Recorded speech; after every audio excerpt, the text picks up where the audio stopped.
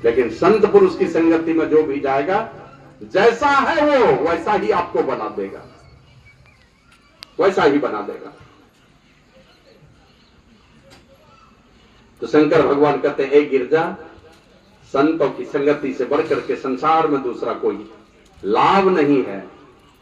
इसलिए आया संतवाणी में, कोटि कोटि तीर्थ करे, कोटि कोटि कर धाम, जब लग संत न से वही सरय नहीं को काम। एक भी काम नहीं घटेगा जब तक संतों की संगति नहीं करेंगे। और शंकर भगवान कहते ये संतों की संगति यों ही नहीं मिलती, बिनु हरि कृपा न होई सो। किनकी कृपा?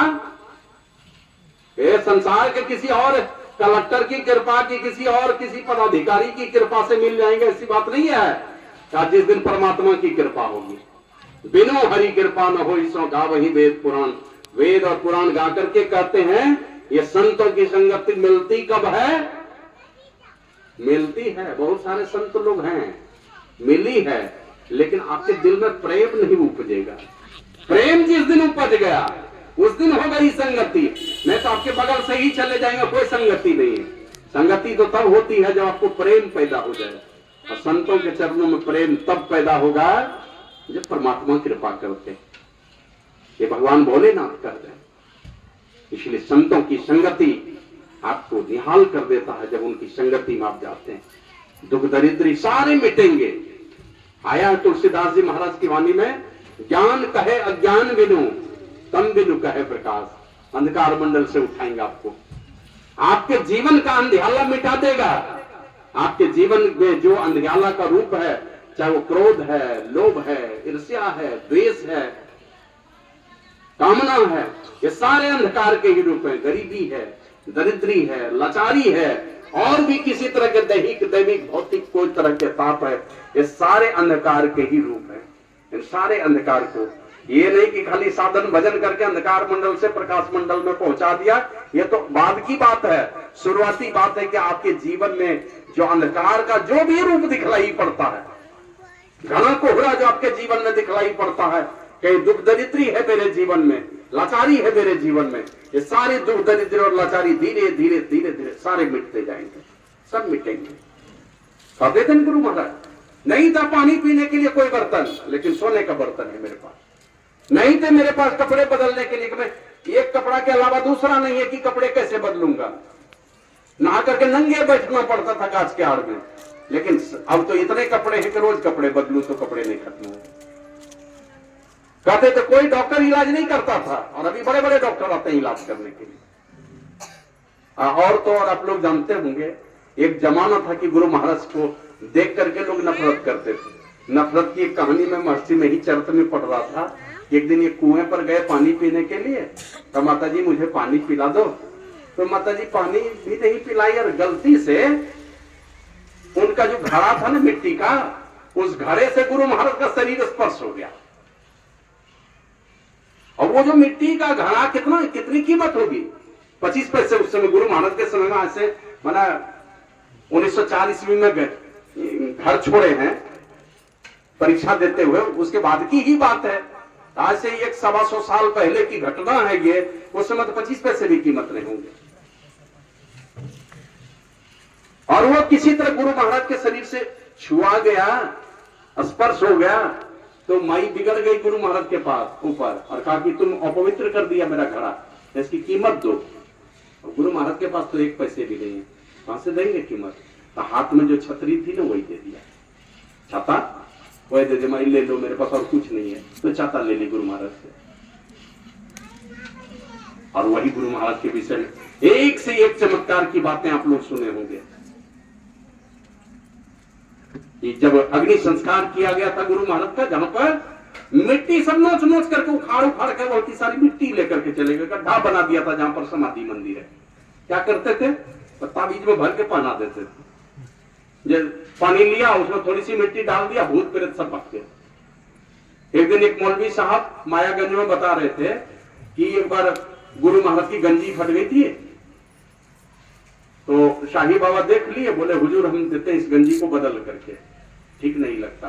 बोले नहीं, यहाँ का कतरन निकलवा करके फिर सिला करके ला दो मुझे। नई गंजी नहीं पहने। बोले हमारे पास की गंजी, मैं अपना वाला देता हूँ। बोला नहीं यही वाली गंजी सिलवा के ला दो फिर से।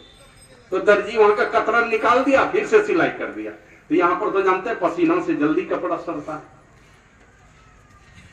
तो वो मौलवी साहब कह रहे थे, अभी भी उसका बेटा लोग है दर्जी वहीं पर मायागंज में, वो बोल रहे थे वो जो कतरन निकला ना गंजी का, उसके एक एक धागे को अलग किया हमने, और सब धागे को ताबीज में भरा। एक ताबीज में एक धागा छोटा सा, इतना छोटा एक धागा भर दिया, और सैकड़ों लोगों को ताबीज बांध बांध करके भूत भगा दिया हमने। श्री सदगुरु महाराज की जय। ताबीज में क्या दिया था? गुरु महाराज की पहनी हुई गंजी का खाली एक एक धागा, छोटा छोटा, इतना छोटा छोटा धागा ताबीज में भरा था, भूत भाग गया। तो वो भी दिन आया। एक साथी हमारे गए थे, बोले कि जब अग्नि संस्कार करने के लिए गए तो वहां के जितना राख सब बचा हुआ था ना, सबको गंगा जी में विसर्जन करने के लिए ले गए। तो बोला सब लोग को 250 ग्राम खा गया वहां का राख उठा करके, जो गुरु महाराज को जहां मन अग्नि संस्कार किया गया था, राख उठा के खा गया। एक चीना धाम के थे रामलगन साजी, वो बोलते मैं भी बहुत सारा राख खा लिया और आधा किलो राख पूरे बदन में लगा लिया। जिस गुरु महाराज को एक माई ने घड़ा छूने पर उसका कीमत, मतलब छाता ले लिया था कीमत के बदले में, और वो गुरु महाराज जो जब शरीर छोड़े थे बर्फ के शिला पर रखा गया, बड़ा बर्फ पर, तो उससे जो पानी रिस रिस करके पानी जो बर्फ पिघलता था, उससे जो पानी बनता था, एक एक बूंद पानी लोग जमा करके रखा और उस पानी को लोग अमृत बना करके पी गया सब लोग, एक बूंद नहीं गिरने दिया। शाही बाबा को तो बहुत निकट से हम लोगों ने मनियारपुर में देखा। इसलिए संतों की संगति ये आपके जीवन में ऐसा परिवर्तन लाएगा, धीरे धीरे सारे अंधियाले बैठते जाएंगे। ईर्ष्या है, द्वेष है, क्रोध है, लाचारी है, दरिद्री है, कुछ भी है हमारे जीवन में, धीरे धीरे सारे मिटेंगे। ईमानदारी से गुरु के चरणों में, संतों के चरणों में हमारा प्रेम जुड़ा हुआ होना चाहिए। संसार से वैराग्य और परम संतों के चरणों में अनुराग होना चाहिए। और ये कब होगा? परमात्मा द्रवित होते हैं तब ये कृपा प्राप्त, परमात्मा की कृपा होती है तब ये संत पुरुष मिलते हैं। मिल गए निहाल कर देंगे। गुरु महाराज कहते हैं, गुरु दाता दयाल वह काटे जंजाल, पल में कर दे निहाल, भजो साधु गुरु है, पल में निहाल करने वाले। हे शंकर भगवान कहते हैं, सोई सर्वज्ञ गुणी सोई ज्ञाता। माता पार्वती ने पूछा था सर्वज्ञ कौन? कौन है सब कुछ जानने वाला? कौन है गुणी? कौन है ज्ञानी? कौन है पृथ्वी की शोभा को बढ़ाने वाला? कौन है कुल खानदान की रक्षा करने वाला?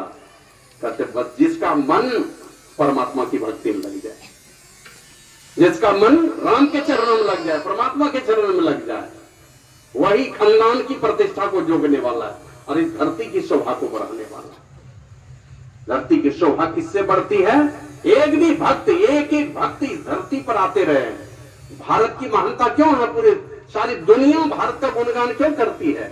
समय समय पर कोई न कोई संत पुरुष इस धरती पर पैदा होते रहे, वो इस भारत की प्रतिष्ठा को बढ़ा देते हैं, दुनिया में महान बना देता है। वो है इस धरती का रक्षा करने वाला। एक बार याद होगा आप लोगों को, अमेरिका से छोड़ा गया था एक सैटेलाइट, नाम था स्काई लैब। आकाश में ही प्रयोगशाला था, वो घूम रहा था अंतरिक्ष में। और वो स्काई लैब जब वहां से क्या करते हैं, कुछ ये उसमें कुछ खराबी आ गई, अब वहां से लुढ़का अंतरिक्ष से अब चला, उसकी जो दिशा थी इतनी तेज गति से चला आ रहा था, भारत में ही आके गिरना था। तो मुझे याद है, मैं बहुत छोटा था, मुझे लगता है 6वीं-7वीं कक्षा में पढ़ता था उस समय। ये अमेरिका के नासा के अमेरिका के वैज्ञानिकों ने यही कहा था, कहां है भारत देश के लोगों का भगवान? कहां? कहीं ये बचा लेगा, उस भगवान से प्रार्थना करेगा और बचा ले इस स्काई लैब को। बहुत बड़ा विध्वंस होने वाला था अगर भारत में गिर जाता किसी तरह। बाबा कबीर कहते हैं, लगी आग आकाश में, चुई चुई पड़े अंगार, ना होते यदि संत जन तो जल जाता संसार, संसार जल जाता। वो स्काई लैब गिर रहा था, सारे वैज्ञानिक लगे हुए थे, ऋषि मुनियों का तप भी था उसके साथ में, वो भी लगे हुए थे। और ऐसा हुआ, उस स्काई लैब को ले जाकर समुद्र में गिरा दिया। भारत के किसी हिस्से में नहीं गिरा, स्थल मैंने क्या कहते हैं, और किसी शहर में जाकर नहीं गिरा, समुद्र में ले जाकर के गिरा लिया। तो कहते हैं वह है खानदान की रक्षा करने वाला, वो है धरती की शोभा को बढ़ाने वाला। और शोभा नहीं बढ़ाने वाला, धरती की ही रक्षा करने वाला, संसार की रक्षा करने वाला। साईं बाबा को कहते थे कभी कभी प्रवचन के क्रम में, लोग कहते हैं कि ये धरती कछुए की पीठ पर है। यही कहते हैं ना, लोग पूछता है कि धरती कहां पर है, तो कहते हैं शेषनाग के फन पर। वो कहते हैं कछुए की पीठ पर है। तो कछुए की पीठ पर जो कहते हैं, तो उससे पूछो कछुआ कहां पर है, कहेगा पानी में। फिर पानी कहां है, ये धरती पर। ये धरती कहां है, कछुए के पीठ पर। ये तो उल्टी पुल्टी बात हो गई, कछुआ ही है पानी में और पानी तो धरती पर है, तो फिर धरती कैसे हो गई कछुए की पीठ पर। तो साईं बाबा कहते तो नहीं, ये धरती कछुए की पीठ पर नहीं है, बल्कि ये धरती है कछपी वृत्ति वाले जो संत पुरुष हैं, कछुए वाली वृत्ति है उनकी। कैसी वृत्ति होती कछुए की, जरा थोड़ी सी ठोकर मारिए कछुए को, क्या करेगा, सारे अंगों को समेट लेता अपने कवच के अंदर में, सबको। अब दीजिए ऊपर से हथौड़ा, वो हिल डोल कुछ नहीं लगेगा, मर गया। एक महात्मा जी घर में बैठ के उपदेश कर रहे थे, हुआ भूकंप। अब जैसे भूकंप हुआ, एक विशाल मकान, अब हुआ भूकंप, तो जो लोग सुन रहे थे ना सब डर गए। डर के मारे सब हड़बड़ा करके सब भागे बाहर की ओर। कुछ देर के बाद भूकंप समाप्त हुआ, धरती स्थिर हुई, तब भक्त लोग फिर धीरे धीरे अंदर घुसे। अंदर घुसे तो जाकर के कहते हैं कि महाराज इतना तेज का भूकंप, हम लोग भागे तो आप क्यों नहीं भागे? अगर कहीं ये बिल्डिंग जो है ध्वस्त हो जा, ये मकान ध्वस्त हो जाता तो क्या करते? हम लोग भागे तो आपको भी भागना चाहिए। तो महात्मा जी कहते हैं हम भी भागे, मैं भी भागा था, तुम भागे तो मैं भी भागा। कहां भागे? का तुम लोग बाहर भागे और मैं भीतर भागा। तुम लोग बाहर भाग गए, मैं अपने अंदर भाग गया, समेट लिया अपने आप को। तो कछुआ अपनी सारी, क्या कहते हैं, जैसे ठोकर मारे कछुआ अपनी सारी अंग प्रत्यंग को समेट लेता कवच के अंदर में, उसी प्रकार ये संत पुरुष लोग सारी चेतन धारा को समेट करके परमात्मा के शब्द को सुनते रहते हैं। हमारे गुरु महाराज लिखते हैं, जीवन काल में जिनकी सूरत सारे आवरणों को पार कर शब्दातीत पद में समाधि समय लीन होती है, और पिंड में बरतने के समय उन्मुनी रहनी में रहकर सार शब्द में लगी रहती। शब्दातीत पद है परमात्मा, सूरत जमी है उन्हीं के साथ। और अगर बहिर्मुखी मुद्रा में है तो सूरत है सार शब्द में लगी हुई। संसार का जगत व्यवहार कर रहे हैं, लेकिन सूरत सिमटी हुई है, लगी हुई है वहां पर। एक बार पूज्य बाबा साई स्वामी जी महाराज पूछते हैं गुरु महाराज को कि हुजूर, ध्यान करने के समय में शरीर झुक जाता है आगे तरफ, लेकिन बहुत लोग तो हुआ ठीक। तो गुरु महाराज पूछते हैं, शरीर तो झुक जाती है आगे की ओर, आपकी सूरत कहां पर रहती है? शरीर झुकने दीजिए, आपकी सूरत कहां पर रहती है? बोला सूरत तो एकदम उसी सारे उसी जगह पर, उसी निशाने पर जहां आप बताएं, तब कोई बात नहीं, सूरत रहनी चाहिए उस जगह। तो उसी प्रकार ये जो संत पुरुष होते हैं, सारी चेतन धारा को, हाथ में जो चेतन धारा आई, आंख में जो चेतन धारा आई, कान में जो चेतन धारा गई है। हम लोग रात में जब सो जाते हैं, आंखें खुली है, कुछ नहीं देखते, कान खुले हैं, कुछ भी नहीं सुनते। जिह्वा पर अगर स्वप्न देख रहे हैं कि हम रसगुल्ला खा रहे हैं, स्वप्न देख रहे हैं, और मुंह में चीनी के बदले नमक डाल दे, नमक का स्वाद नहीं आएगा। तो सारी इंद्रियां कैसे काम करती हैं? तो जिस धारा, जिस रस से, जिस चेतन धारा से आत्मा की धारा, उसी की धारा जाती है सारी इंद्रियों के घाटों में, तब ये सारी इंद्रियां काम करती हैं। सारी चेतन धारा को समेट लिया। बिजली गई है, वो बिजली जाती है, तब सारी इंद्रियां काम करती हैं। संत महापुरुष समेट लेते हैं उसको। तो ऐसे जो कच्छपी वृत्ति के लोग होते हैं, साधु पुरुष लोग, भगवान बुद्ध के एक शिष्य हो गए, चले जा रहे थे, चोर लोगों ने पकड़ लिया, क्या है निकालो, निकाल के दे दिया, फिर भी पिटाई की, खूब पिटाई की। अब पिटाई की तो महात्मा जी सोचने लगे मन में, ये तो पीटना शुरू किया, कैसे बचा जाएगा? वह उस शरीर से ही निकल गए। शरीर से बाहर निकल गए और जाके पेड़ की डाल पर बैठे हैं। वो शरीर छोड़ दिया यहीं पर। अब पीटते पीटते क्या कहते हैं, एकदम इतनी पिटाई की क्या अस्थि पंजर सब चूर चूर कर दिया, खून से लथपथ हो गया शरीर। अब बाद में जब सब सारे चोर चले गए तब उस शरीर में प्रवेश करके हिला डुला के देख लिया कि तो ये चलेगा नहीं। बस सूक्ष्म रूप धारण करके भगवान बुद्ध के पास चले गए, उनकी सभा में उड़ते हुए, और वहां जाकर के कहते हैं भगवान अब ये शरीर चलने लायक नहीं रह गया, अब मैं जा रहा हूं इस शरीर को छोड़ के। शरीर छोड़ के चल दिया, तो उसी शरीर में थे, शरीर से ही निकाल लिया अपने आप को। ऐसे जो वृत्ति वाले लोग होते हैं, जो संत पुरुष, उनके ऊपर यह धरती टिकी हुई है। और ऐसे ही लोग धरती की रक्षा करने वाले हैं, धरती की शोभा बढ़ाने वाले हैं, और वही कुल खानदान की रक्षा करने वाले हैं जिसका मन है परमात्मा की भक्ति में लगा हुआ। और जिनका मन है परमात्मा की भक्ति में लगा हुआ वही होगा सर्वज्ञ, क्योंकि परमात्मा की भक्ति में जिसका मन लगता है वही उस भक्ति में जिसका मन लगेगा वो बाहर की ओर दौड़ना छोड़ करके वो क्या करेगा, संतों के ज्ञान के मुताबिक अंतर की गंगा में, अंतर के महासागर में डुबकी लगाता है। और शरीर है तो 3.5 हाथ का, लेकिन जब इसके अंदर धंसता है तो सारा ब्रह्मांड इसी में दिखलाई पड़ता है। सारा ब्रह्मांड, तथा पिंडे तथा ब्रह्मांडे, जो पिंड में है वही ब्रह्मांड में, उसको अपने अंदर में देखता है। बाबा कबीर कहते हैं, काया बड़े समुद्र केरो था न पावे कोई, मन मरी जई है डूबी के हो मानिक परखे सोई। जो जब मन डूबेगा इसमें, काया बड़े समुद्र केरो, ये जो काया है ना 3.5 हाथ का, ये बड़े महासागर से भी बड़ा है। डूबेगा मन जिस दिन, डूब गया मन जिस दिन, मन मर गया इसमें डुबकी लगा करके, तब उस मानिक स्वरूप परमात्मा को पाता है लोग। ऊंचा महल अगमपुर जहवा संत समागम हुई। ये काया रूपी महल इतना ऊंचा है, जब अगमपुर है वो नहीं पहुंच सकता है। संत समागम हुई, वहां पर संतों का समागम होता है, और जो कोई पहुंचे वही नगर, या आवागमन न हुई। जो उस नगर में पहुंचता है फिर आवागमन नहीं होता। ऐसी जो वृत्ति वाले लोग होते हैं, ऐसे संतों की संगति में जो भी संतों की युक्ति से जो साधन करेंगे, परमात्मा की भक्ति करेंगे, वही है धरती की शोभा को बढ़ाने वाला, वो नीति में निपुण है, वही दुनिया का सबसे चतुर है, सबसे ज्यादा होशियार है। और नहीं यह संसार फूल से मर को लाली दे की लुभायो।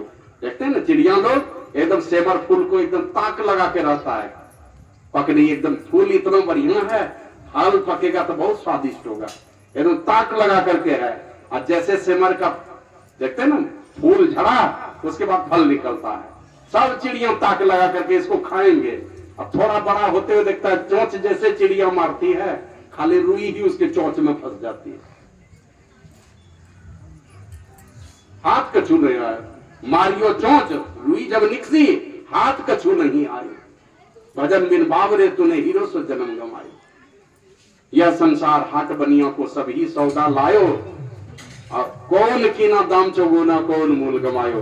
किसी ने तो दाम चौगुना कर लिया, पूंजी मैंने इतना बढ़िया भक्ति का काम किया कि अपने पूंजी को चौगुना बढ़ा लिया, और कोई ऐसा है जो अपना मूल ही गमा दिया। संत पुरुष लोग अपने पूंजी को चौगुना कर लेते हैं। उनके रास्ते में चलने वाले जो पथिक हैं, उनकी पूंजी चौगुनी हो जाती है, और जो संसार का रास्ता पकड़ लेंगे मूल ही गमा करके जाना पड़ेगा इस संसार से। तो संतों की संगति वो नीति में निपुण बनाती है, क्योंकि वो परमात्मा की भक्ति सिखाते हैं, और लोग और चीज सिखाएंगे, संत पुरुष भक्ति सिखाते हैं, इसलिए वैसे लोग नीति में निपुण होते हैं, सबसे ज्यादा चतुर होते हैं। कभी भी एक बार एक महात्मा हुए जड़ भरत, आपने सुना हुआ जड़ भरत का नाम। एक बार कुछ बदमाश